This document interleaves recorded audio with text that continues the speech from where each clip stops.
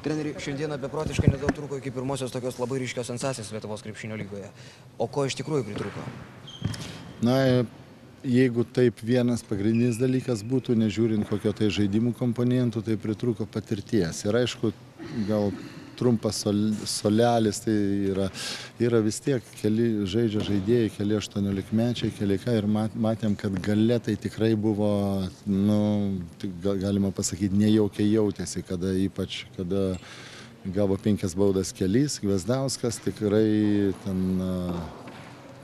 ir aišku, mūsų dideli žmonės tikrai labai yra tokie, galima pasakyti taip, jie 5 numeriai, jie yra stiprus, tačiau jie stiprus tik tai, galima sakyti, po krepšiu visiškai labai arti, o toliau tai jie nelabai ir gali įmesti ir aišku, sunku labai buvo gintis jiems prieš mažesnius savo varžovus.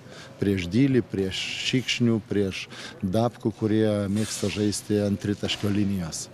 Šiandien aš bent jau pirmą kartą mačiau Dzūkijos komandą žaidžiant labai žaismingai, ypač antroje rungtynių dalyje, kada ir pasitikėjimas savo jėgomis tarytum neša komandą į priekį.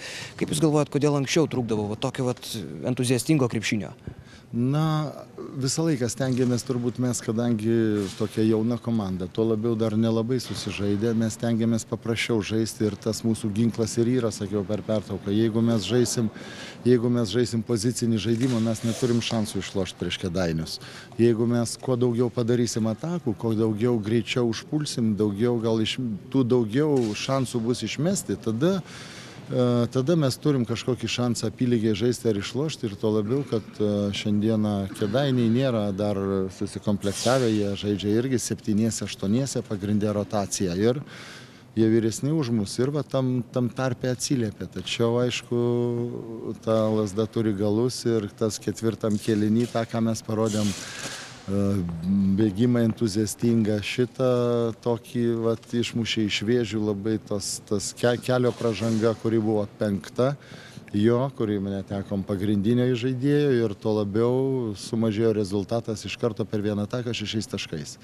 Iš karto tas pagrindinis faktorius ir buvo, jeigu sakysim apie tą 4 kėlinio persilaužimą.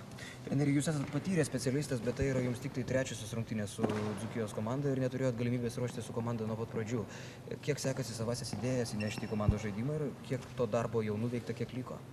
Na, sunkiai, kadangi tas pasiruošimas buvo tik tai kiekvienas, negali kažko naujo daugiau ar įgyvendyti ar ką nors, nes buvom dabar žaidėm kas 3 dieną visą laiką ir tai reikalinga ir varžovo analizė ir kažkoks tai poilsis šitiem žaidėjim po varžybų reikalingas truputėlį tiem, kur žaidė daugiau ir viską šitą suderinti. Tai tikrai nedaug buvo laiko, dabar ilgesnę pertrauką turėsim.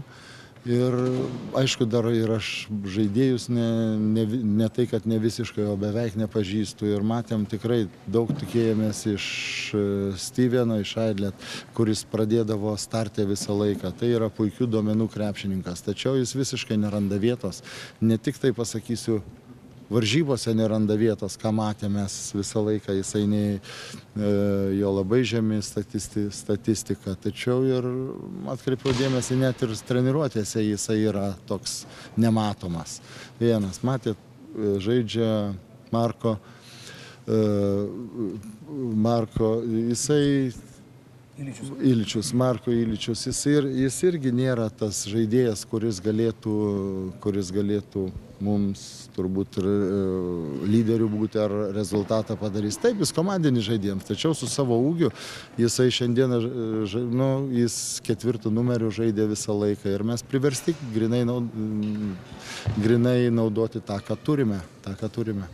Treneri, čia buvo 5-asis Dzūkijos pralaimėjimas sezone, bet įspūdis toks, kad nelabai tas skaičius atitinka ir yra lygus komandos galimybėms. Ar tas psichologinis nusiteikimas, tas noras, ta optimizacija, jeigu bus tokia pati dabar kitose rungtynėse? Na taip, aišku, aš ir sakiau, mes namie tikrai gal mums sunkiau išvykai žaisti dėl tos vis tiek tokios dar, nežinau, tai žaidėjų psichologija, tai man reikės perprasti, tikinti jos, tačiau ne tik tai mūsų komandos, čia ir kitų komandų tai yra Lietuvoje problema, kai jie važiuoja ir jie išvykoje atrodo tikrai žaidžia silpniau negu namie.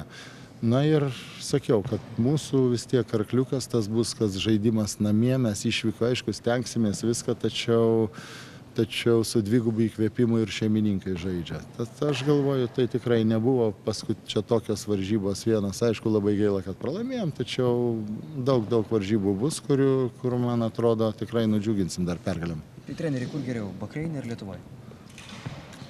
Na, čia tokie du nesulyginami dalykai. Yra ir pliusų, yra ir minusų, labai daug čia tą galima kalbėti, tačiau, nu, jeigu aš čia, tai reiškia Lietuvoje geriau.